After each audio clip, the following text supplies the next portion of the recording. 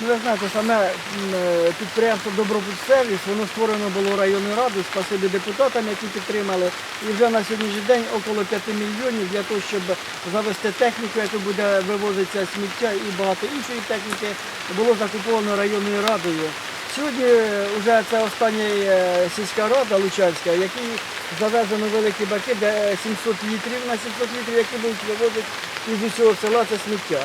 Це баки, які будуть стояти на вулиці, тобто в тих містах, де скаже голова села, це лікарня і по всьому населеному пункту. І я думаю, що ми вже добре продвинулися, даючи можливість усім сільським радам збирати тверді побутові відходи. Так же само сьогодні сюди ж завезуться вже і маленькі, починають завозитися баки для індивідуального житлових будинків.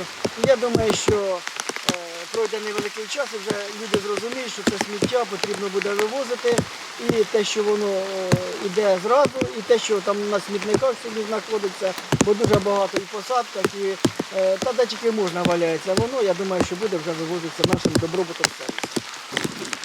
Депутати цієї каденції зробили дуже велику справу для Охридського району. В кінці кінців ми зробили таким чином, що кожна сільська рада на сьогоднішній день має послугу з вивезення твердих побутових відходів. Це вперше в історії цього Охридського району.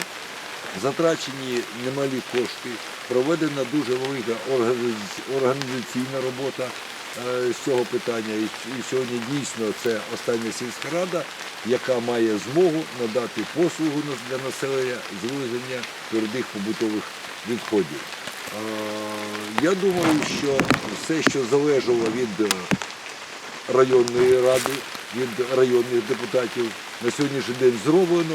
І тепер залишилась робота сільських голів, які повинні проводити роботу з населенням для того, щоб охопити населення, 100% населення як кінцева мета, для того, щоб населення мало змогу цивілізовано утилізувати тверді побутові відходи.